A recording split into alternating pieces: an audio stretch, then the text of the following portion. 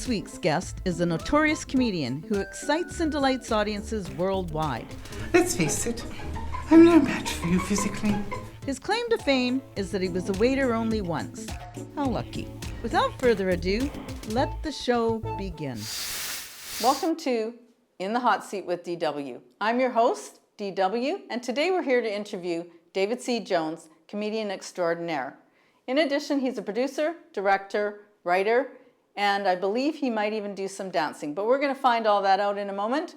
Thanks for joining us, David. Hi, how are you? I'm doing great, and thank you for joining us. No This is so exciting having you I'm here. excited to be here. Thank you so yeah. much. This is great. Well, what do you want to know? Well, okay, so when you were born... I was born a long time ago. And were you always a comedian? Did you always have that flair, that natural flair that comes? I don't think so. When I was younger, I was fairly shy. I was a little bit reserved. I had an attraction towards drama and theater, but was too nervous to take any of the classes. So when in my elementary school and high school, so then I did stagecraft instead. And it wasn't until my last year in high school that I finally went, oh, screw it!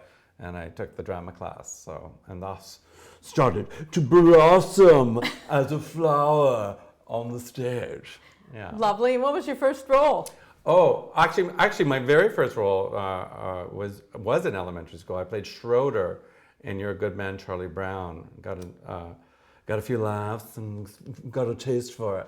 But then, like I said, I dropped out of doing that kind of stuff, and I was I had a tiny background role in an old musical. Like I went to high school in the 80s, but we did a musical from the 50s, and I was a waiter.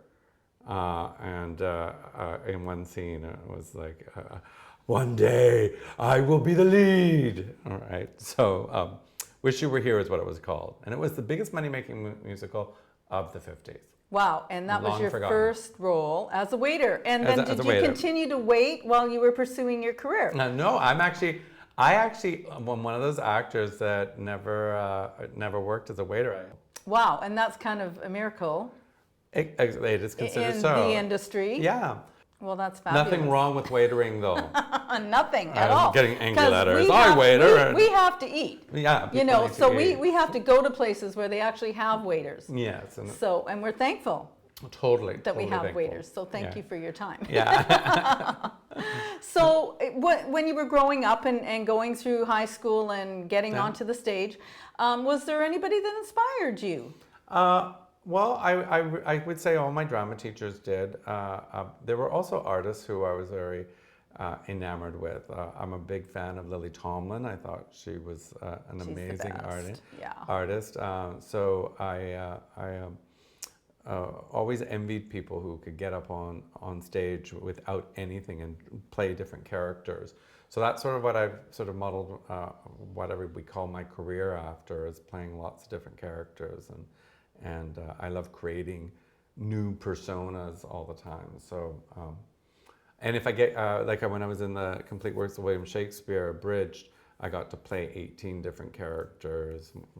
Wow. Yeah. That's incredible. Well, just 2 years ago, I was in Marriage of Figaro, and I had to play two characters, and they were even in a scene together.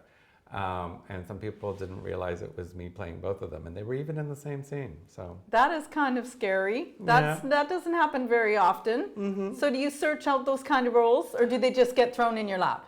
100 years ago, I was in Midsummer Night's Dream, and I played the character Bottom, and he is quite known for being a bit of a blowhard, and he actually demands that he plays all the parts.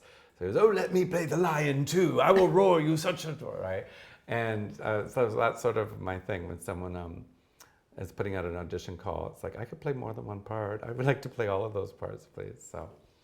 So what's your favorite role you've done to date? Oh, I don't know. I always like the one that I'm working on right now, right? Love the one you're with. Yeah, I love the one you're with.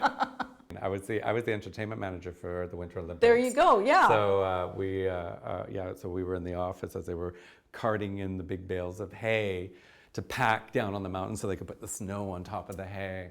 And I don't know if you knew this, but when they were picking up the bales of hay, little field mice were jumping out of it. right? Because they would scoop up a whole bunch of hay, and mice were like, "What the hell?" and jump out. And of course, I'm sure all the wildlife, the birds and the owls and the eagles, were like, "Oh, fantastic!" My next meal. Yeah, exactly. It's like, I should go out. No, here it is. Right? No waiter required. Exactly. Oh, see how that came back. Fantastic. So what's your next big thing that's similar in nature? Well, like I said, I got the 2 plays coming up, so that's exciting. I'm auditioning for stuff all the time because I'm getting a little bit more into film and television now, which is fun, and it's nice to get paid. Tell us about some of the shows that you've just been cast in that might not have aired yet. I'm one of the ones that I'm most excited about. I was a small part of the team developing The Switch, which is a transgendered sitcom, and I was their acting coach as we were prepping, and I was cast as Dr. Zylaw, the main villain. I'm a transphobic trans doctor. So I don't know if you know this, in order to get a gender reassignment surgery, you have to have a doctor sign off on it, and only certain doctors are licensed to do that. And there is a big problem in the trans community that some of the people who went and sought that license, because it pays really well for the doctors, are actually quite transphobic, and they can be quite foul. Right? Which is not what you're going for when you're trying to change the world. Exactly. You know, you don't want any negativity and poo-pooers. Yeah. So my character, Dr. Zyla, was based on real people. I had to do a lot of research. It was very tiring. And is it going to be on OutTV? OutTV. Okay, perfect. Yeah, that'll be on OutTV there, where I've had other shows on Yes, that tell us about that. Oh. The end. My past. No, I developed, I have another show that's in post-production called Acting in the Closet, which was a documentary series about whether or not actors should come out or not at the And beginning what's of your their career. thoughts on that? You have to live the life that you're comfortable with, so it's totally your call. Like some actors come out, but they come out when they're already very well established. Right? Or they figure out who they are. Like Zachary Quinto, you could argue, came out because he was playing mostly non-sexual roles. So he was not a leading man, right, in that sense. So it was no bother for him to come out. It could be the argument. Whereas someone who is like, a Ryan Gosling, not that he's gay. No. Yet. Poor Ryan. He's a leading man. So if he were to be gay, that might give him some pause to consider, right? Yeah. So it might. So that was sort of the talk that we discovered with my different panelists that we interviewed about whether or not it has to be a personal choice. How comfortable are you with you? Yeah. And what compromises are you willing to make, Right. or not make, in order to have a career that you feel proud of? So Absolutely. Yeah. We're just going to go take a break for now, and we'll look forward to seeing you back in just a few. Thanks.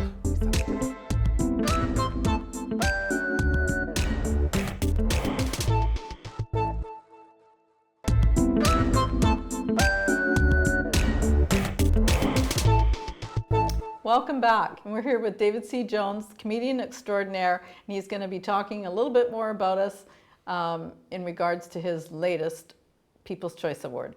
Oh my goodness. David, tell us about that. Well, I've made 12 short films. Many of them have screened in Vancouver, and this year I was quite blown away that, well, last year now, because the new festival's coming up, so it's last year's. I had always been told that if you were winning an award, they call you to make sure you're there on the last night.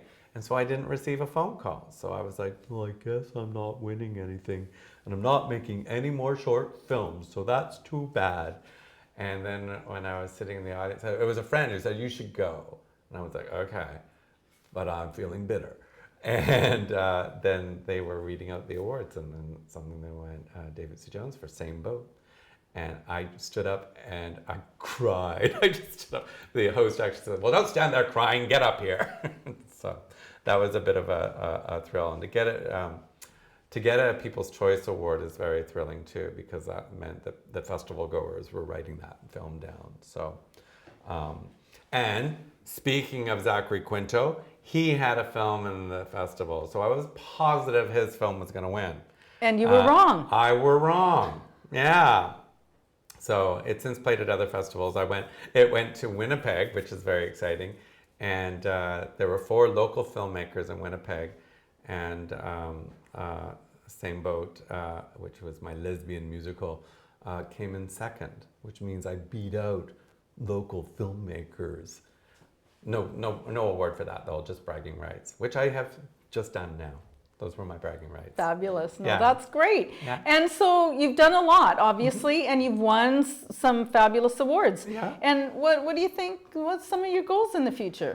I've been working on a feature. When I was at Studio 58, I wrote a play that they produced called Bad Times Behind, and the whole reason why I got into short films was because I wanted to film it as a feature. And so the plan now is we're getting a production team together, and the idea was, okay, you've done 12 short films, you've learned everything that you can, because I also learned sound design and sound editing and stuff. So the upcoming is shooting the feature Bad Times Behind, which will probably happen next summer. Which That's is exciting. It's a coming of age drama about life with 5 friends at the height of the AIDS crisis. So it also shows, because a couple of characters are coming out, and the anxiety that young people had at that time about AIDS and everything. So, which nowadays people have no clue as to what it was like when it was this brand new thing. Hey, we've got a disease, right? Yeah, I know. So yeah, that's probably my immediate thing, and I just like keep doing stuff. I get bored very easily, so that's why I'll suddenly do a play, or I directed the. Just a while ago, I directed the Canadian premiere of Heather's the Musical, and that was because I want to direct this show, and then it's like, okay, well now I want to write this. And, I show up wherever anyone wants me to be, or wherever there's an empty stage, right? My friend Lori was having a birthday party, and I went, I'm going to create a character for your birthday, and created a character and worked with Matthew President to create a song that character sang. I'm singing a lot more now too. Fabulous. And then of course, so there's no retirement in your rocker. There's not an opportunity. You know, my accountant and I looked at my life and looked at my financial situation. Your fiscal wasn't good. Yeah, well, what we discovered we came up with a plan. That's the crazy thing. We came up with a plan. A sudden heart attack at 72. Right. See, that's pretty much the only way I can go. Actually, you know what's weird is this, the CRA is totally sometimes jumps on self-employed artists, and they say I owe $89,000. It's like, have you seen me? Have you seen the way I dress? So apparently Where'd I'm that socking money go? it. I know, I'm socking it away somewhere. So I'll just save it for a rainy day. I bought an island. I bought Panama. Yeah, you know the Panama Papers? So I actually own it. Fabulous. That's where we can go on our next vacation. Yay! Because we got married. Yes, we did. Isn't that fabulous? Well, listen, David, thank you so much for joining us today. No worries. We're in the pilot of In the Hot Seat with DW. And thank you all for joining us, and we look forward to seeing you on the next episode. And David, thanks again. No worries. It was a pleasure.